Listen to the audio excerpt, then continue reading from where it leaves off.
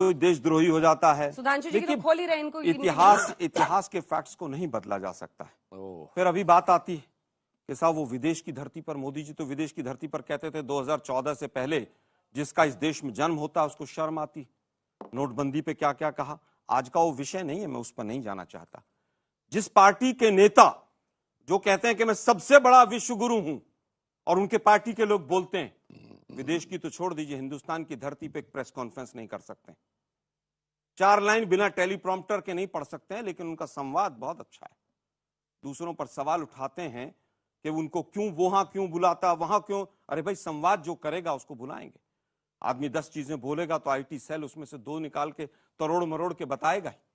लेकिन माननीय राहुल गांधी जी को बधाई देते हैं कि वो जाकर, चाहे अपनी भर्ती हो, चाहे राफेल का मुद्दा हो, और चाहे कोई मुद्दा हो, चाहे वो अडानी का मुद्दा हो, और चाहे कोई विदेशों में जाकर बात करने की बात हो, ये देश और विदेश, शायद मेरे साथी भूल गए कि किस तरह से इन्हीं की सरकार में leader of opposition Arun Jaitley ji थे।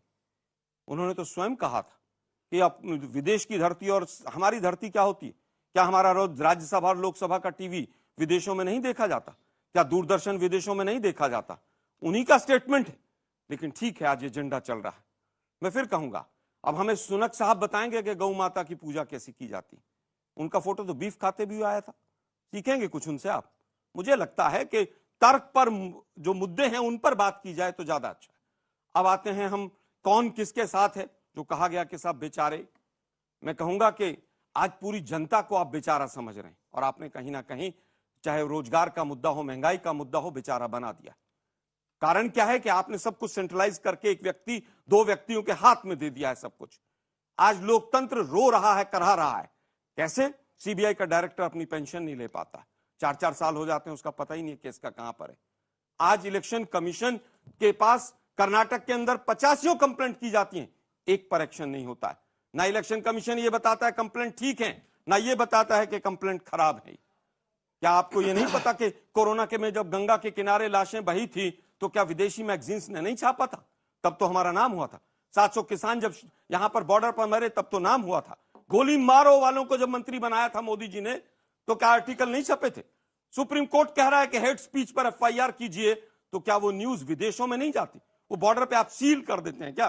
चीन घुस गया है हमारी भूमि पर, वो मैगजीन सबसे पहले किसने पब्लिश की थी? वो सैटेलाइट इमेजेस किसने दी थी? इसी यूएस ने दी थी। तब तो बहुत मान सम्मान हुआ था। अपनी नाकामियों को छुपाने के लिए दूसरों पर उंगली उठाना बीजेपी का काम हो गया। ठीक है, एक छोटा सा जवाब प्रसाद जी से तो हम पूछना चाहते हैं कि 9 साल में विदेश नीति का भट्टा बैठा दिया आपने, और आज आपने मोदी साहब की पोल खोल दी। मोदी साहब कह रहे थे ना कोई घुसा है, ना कोई आया है, ना कोई गया है। और कल का जो आपका इंटरव्यू है सब कुछ बता रहा है कि हम किस तरह से विदेश नीति के फ्रंट पर फेल हुए। कर्नाटक पे क्यों भाग गए? मतलब जानबूझ के नहीं बोले? कर्नाटक में मुझे लगता है इलेक्शन कमीशन से इलेक्शन कमीशन में अब भी शिकायत करनी चाहिए कर्नाटक की इनको 65 सीटें कैसे मिल गई? चाहिए क्यों? इनको कर 30 करना चाहिए। काम चल रहा है, प्रोसेस चल रहा है। अच्छा, निश्चिंत रहिए। लेकिन इलेक्शन कमीशन इनकी मुट्ठी में, क्या रिजल्ट आएगा हमें नहीं पता है।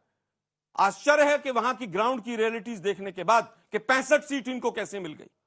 अच्छा, इनको 0 आती तब इलेक्शन कमीशन ठीक काम कर रहा है। 0 आती है कितनी आती? आप सुन रहे हैं अपने आप को? मैं बिल्कुल सुन रहा हूँ। गुस्सा करना आपका लाजमी है, लेकिन एक सेकंड हल्का हो जाइए थोड़ा। आप तो बोल लिया आपने। दबंग फिल्म में था ना भैया जी, इतनी अच्छी जीत मिली है आज इनकी स्थिति जी। मैं फिर कहूंगा, इतनी अच्छी जीत मिली है। ग्राउंड की रियलिटी देखने के बाद 65 सीटें बीजेपी को नहीं आनी चाहिए। नहीं आनी चाहिए। सारी आपकी आती तो इलेक्शन कमीशन। मैं नहीं कह रहा सारी आती, किसकी आती? 65 सीटें बीजेपी के कहीं नहीं दिखी। जीत से भी खुश नहीं है। हम जीत से खुश हैं, लेकिन इलेक्शन कमीशन के कामकाज से खुश नहीं। अच्छा, नहीं खुश है ना? इतने लोग जो वहाँ काम करते हैं, तमाम बूथों पर जाते हैं, सब कुछ कराते हैं, कोऑर्डिनेट, वो काम ऐसे ही है। मैं ये नहीं कहता कि सब खराब है। कोई एक व्यक्ति है, मैं नहीं कह रहा सब खराब है, बहुत खराब है उसमें।